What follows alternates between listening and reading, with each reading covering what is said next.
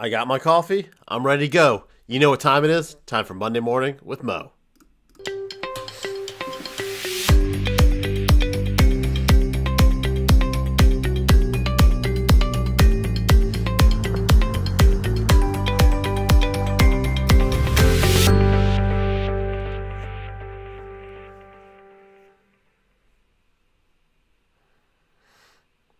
Good morning, everybody. Happy Monday morning to you. First Monday morning with Mo of the year. Hope you guys had a great new year. I think I made it to the brink of about 9 p.m. But hopefully other people made it a little past 9 p.m. and had a good celebration, good new year. Off to 2021, I guess. So as always, if you haven't joined us before, every Monday morning here at 8 a.m. on our Facebook page, YouTube Live, we do this little show where we answer your legal questions. So you can always call or text us 407 536 6737, or you can choose an email, ask@dewitlaw.com, or put the questions down in the comments there. Happy to answer them there as well and address them here on the show. So thank you as always for joining us this Monday morning. And if you have any legal questions, shoot them on over. We'll be happy to answer them for you. That's what we're here for. So let's go ahead and get started this morning. First up, we have Ted. Ted says, hey man, I have a legal question for you regarding a driver's license suspension. I don't know if you can help me on this, but my girlfriend had a repossession and has not been able to physically take in her tags, and her license got suspended. Now we're trying to figure out if we can fight the fee because this was a COVID thing where she couldn't work. So obviously you guys are in a tough spot there. I'm sorry to hear that. Basically whenever your insurance gets canceled, if you don't cancel the tags on that, so I assume you stop paying for the insurance, that sent a notice to the state to suspend your driver's license, so there's no insurance on the vehicle because the tags weren't canceled. So I think your best bet here is to go into the tag office, explain to them what happened, and see if they can maybe go ahead and retroactively cancel out those tags. I don't know if they can. If they can't, then give us a call. We can try to help you with the suspension there. But unfortunately, you may still be dealing with some fees on this. But you always want to be careful of that. I've had some other cases like this where the car was kind of totaled out or junked out and they just left it on their property, but they canceled the insurance on it, and then their driver's license got suspended. You want to be careful of that. So, I would go into the tag office. It's probably going to be a pain. It's probably going to take a few hours to get it figured out. Go in there, explain the situation. If you have any documents from the repossession, bring those in with you, and hopefully they might be able to help you out there and cancel out those tags to rectify that situation. So, sorry going through that, Ted. If you need any help, just let me know. Get a little water there. Happy to help you any way I can. If you guys missed it, we were giving away some face masks. I think we still have a few left if you want. They're at shop.justcallmo.com. Absolutely free. We'll send those over to you if you want one. If you don't, no big deal.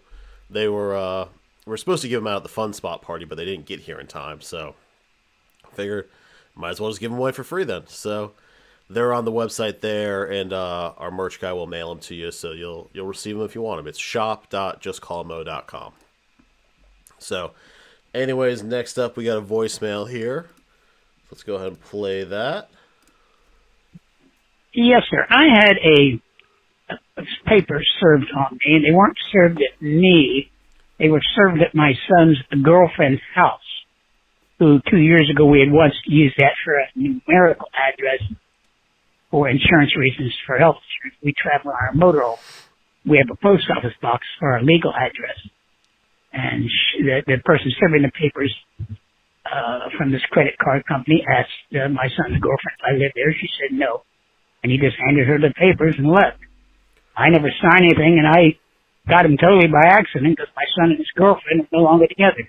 Was I legally served? Thank you.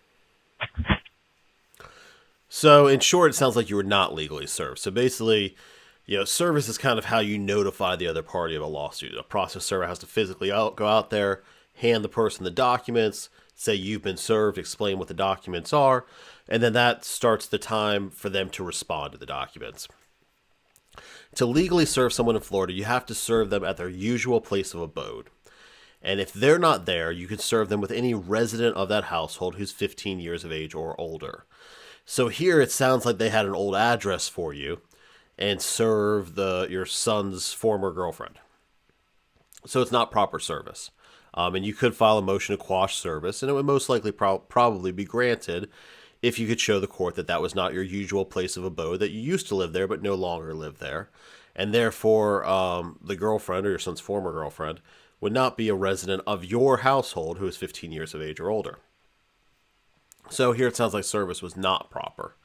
So if you wanted to, you can go ahead and file a motion to quash service, and then they'd have to go ahead and reserve you. Now, depending on the type of case and what your goals are, it may make sense to do that. It may not make sense to do that.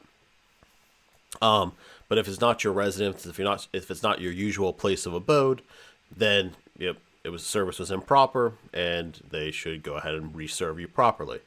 So hope that that answers your question there. You didn't leave a contact information, so if you want me to respond to you personally, go ahead and leave a phone number or an email, and I'll shoot you an email back. Otherwise, just hopefully you watch this and you see it that way. But thank you as always for the questions. Keep them coming.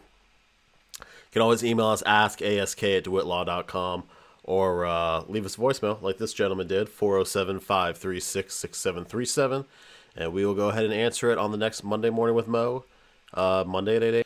So next up here we got Missy, and Missy says, I was at a laundromat putting my clothes basket into the trunk of my car. As I was bending down, a car hit me.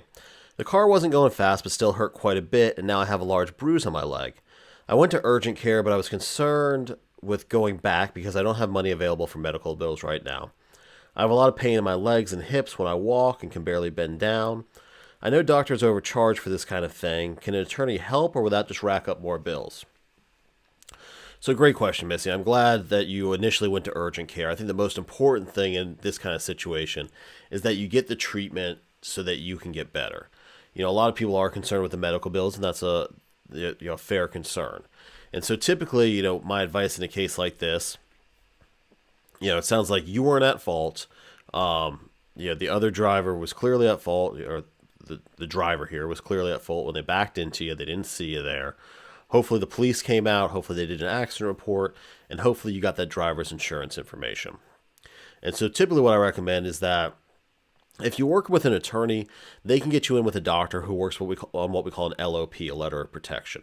And where basically you can go and see that doctor, and then they'll get paid out of any settlement or verdict that you receive. But the most important thing here is you want to make sure that the attorney checks the insurance coverage that's available early on, early on in the case, so that you know that there's coverage there for the medical bills that you're racking up. Because at the end of the day, obviously you don't want any surprises. You don't want to be left with a bunch of medical bills when there's no coverage available. So my recommendation would be, go ahead, call an attorney, see if they can set you up with a doctor who will work on a letter of protection, and then find out what the driver's insurance coverage is so that there's sufficient coverage there so that you can go ahead and start getting treatment. Because at the end of the day, when you're injured like this in a case, the treatment isn't about building a legal case. Obviously, the treatment is the documentation for the legal case, but really we want to make sure that you get better. You don't want to be living with this pain for a year from now, 5 years from now, 10 years from now. If you don't get the treatment now, it's only going to get worse typically. Especially, something like this, there may be hairline fractures, there may be herniations, there may be disc bulges, and there could even be ligament tears or things like that. So you want to get checked out. You want to make sure that they're doing MRIs and doing everything possible so that you're getting, the full medical care that you need, because clearly this wasn't your fault. And that way, hopefully you'll have no out-of-pocket expenses if you work with an attorney who can set you up with an LOP. But again, it's very important to check what kind of insurance coverage is available early on so that you know that you're not going to get, hopefully that you're not going to get stuck with any medical bills at the end of the day. So great question, Missy. If you need any help with that, of course, give our office a call. Always happy to help you with any injury case or anything like that. Let's see. We got one last question this morning from Jason. But, if you guys have any legal questions, shoot us an email, give us a call, and we'll go ahead and answer them. So hope you have a great first Monday in 2021. So Jason's, the last question of the morning from Jason.